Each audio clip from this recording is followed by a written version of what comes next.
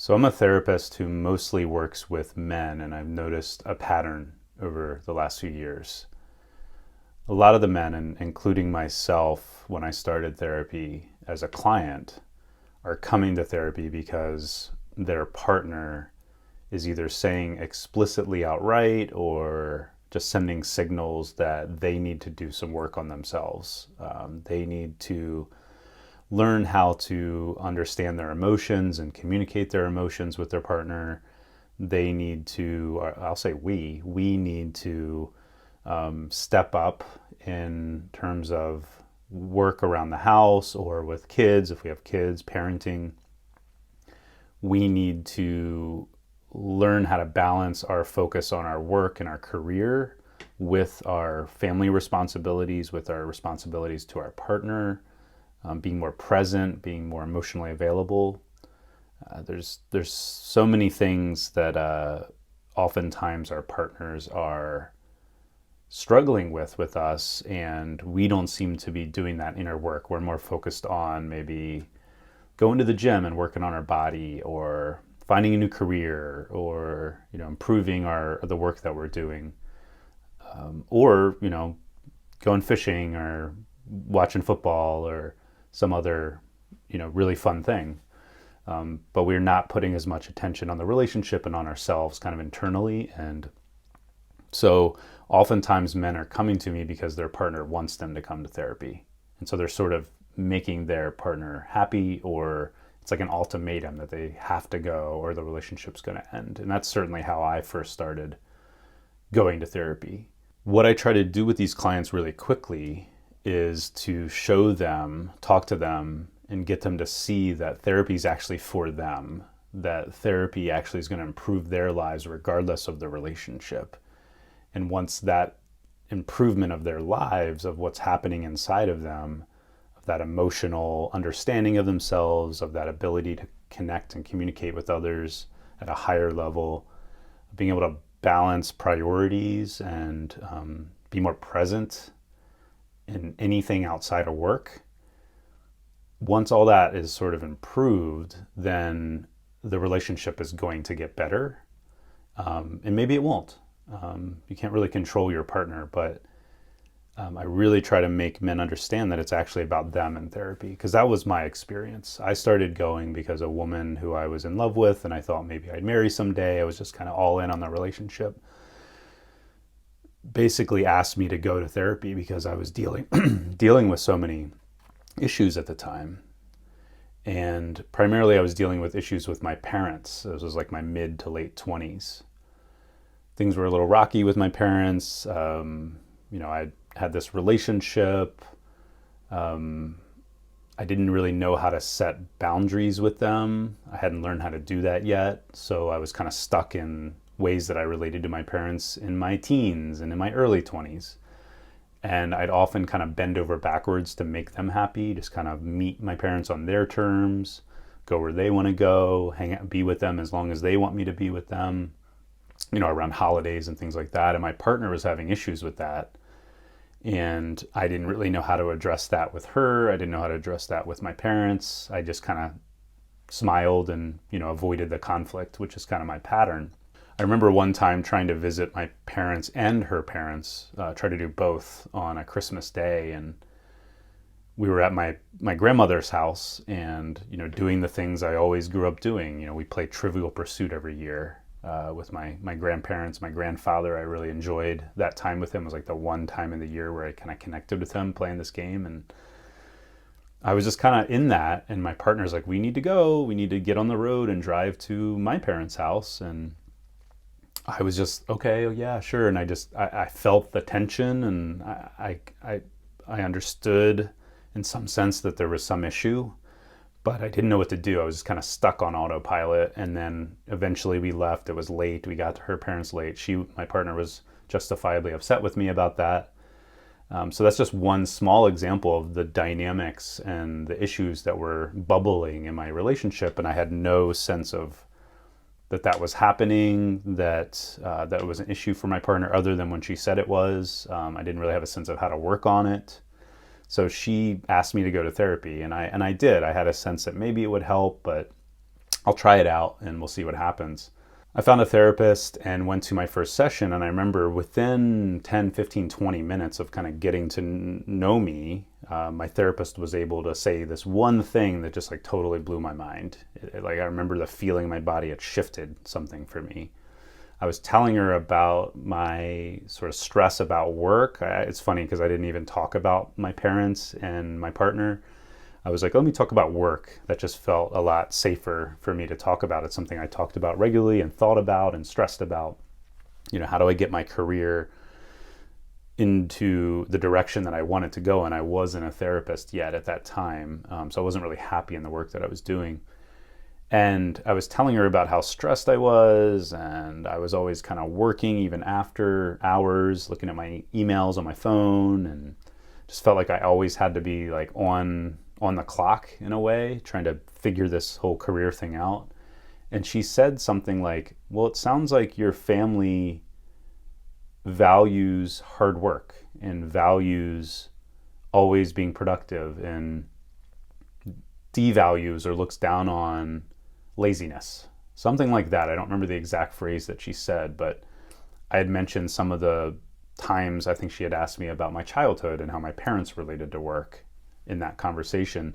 So after gathering some information about me and just kind of noticing how I was being in the room with her and what I was saying, she just said some plain truth about an observation that she was seeing. And boom, I remember it like totally, my body shifted into like being kind of relaxed, and I felt seen, I felt heard. And I also had this realization that not everybody is like me. Not everyone is like my parents, like overly focused on security and like financial security and stability. Always have a job before you quit your job. If you're upset with your job, just kind of, grin and bear it. Just kind of get through it because you need that paycheck. Obviously, that's a pretty common thing in our capitalist society. Like we have to have some of that because we need money to survive. But through that interaction with my therapist and then subsequent sessions with my therapist, I learned over time that there was this part of me that got these messages early on in life that work is the most important thing, being productive, always working on stuff, even on the weekends, like improve the house, cut the yard, do it better next time, like just like always be better, better, better.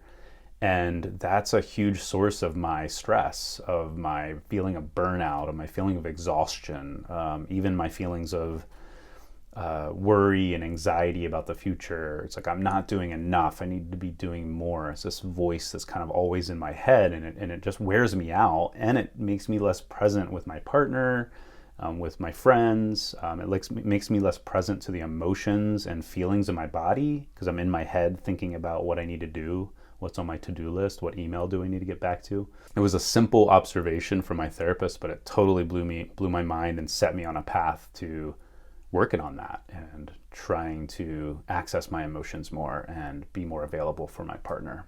Therapy is really important because before that moment, my partner at that time, even though she had a sense that I was dealing with a lot of stuff and not dealing with a lot of stuff and I should go to therapy, she described me as calm. That was one of the things she was attracted to in me. Other people have described me or had described me as sort of quiet and calm and always having the right answer, or like just having a plan and someone they can count on. And on the outside, I think that is still the case to some degree, and that is who I was at that time. But inside, I didn't know this at the time, but going to therapy and learning, there's so much coursing through me. There's so many anxious thoughts and frantic energy, and it's all just bubbling under the surface. And I kind of have learned how to manage that and kind of keep that stuck inside and hidden away. And I think a lot of men learn this as well. Cool, calm, collected, right? Let's put on this mask, this armor of like, I've got it all figured out. I've always got the right answer. But inside there's so much happening. It's not calm at all. So it took a therapist, not a friend or a partner, someone who is trained at trying to get below that kind of surface level understanding of somebody, really listen to what they're saying and actually watching their body in the moment, which is what I do as a therapist and what I've been trained to do. and just asking questions, being curious, like what is happening inside? What it sounds like this is happening. It sounds like you're worried about this, and just starting to peel back those layers, and that helps the client. It helped me understand myself better. It's shown a light on what is actually happening inside of me that I miss when I'm so caught up in getting all this stuff done and being productive and being cool, calm, and collected and all that stuff. The bad news is, at that time, my partner ended up leaving me a few months after I started therapy. So it didn't work to save the relationship. But I really look back on that with a lot of gratitude for her, because she helped me. She gave me that nudge because she wanted more in the relationship with me and wanted more from me.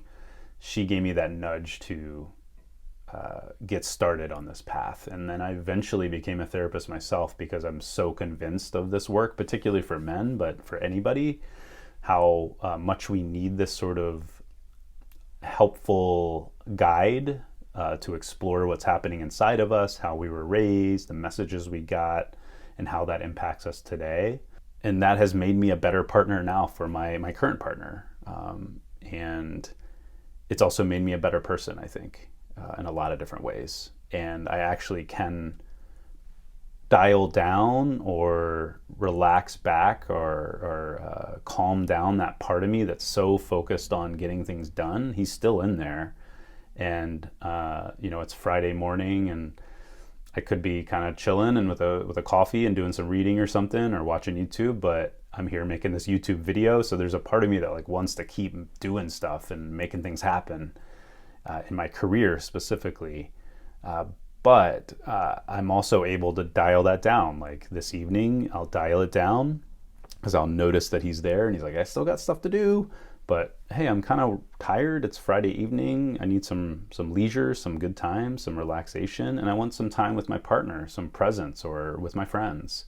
So hey, can you back off a little bit, and we'll get back to it tomorrow morning with a run or working on the house or something like that. Or maybe Monday, we'll have this weekend off, but Monday we'll get going again on the work. And I'm able to have that kind of inner conversation with myself, and it helps just kind of dial things down. And I learned that in therapy through going to therapy.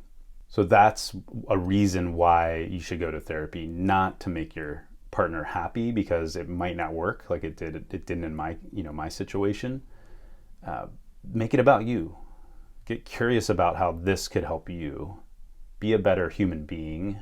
Not better in the sense of like they're better or worse people, but have healthier relationships with the parts of you that drive your life that you may not really want to be driving your life, like the stressed out part, the anxious part, the depressed part, the part that gets you to do things that you don't really want to be doing, whether it's drinking or whatever it is. That's the stuff you can work on in therapy and really dramatically transform your life.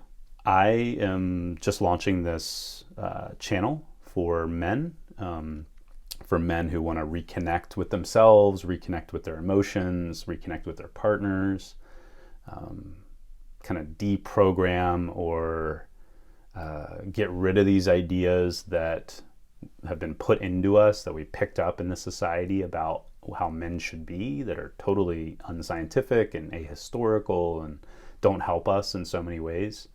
So I'd really appreciate a subscribe if you want to click that. I don't really know how YouTube works yet, so if you have comments about what I could do to improve all this, let me know. If you have ideas about why men should go to therapy, or have questions about why you should go to therapy, feel free to comment. I would love that. I would also like an email too if you want to reach out. I'll drop that in the little text under this.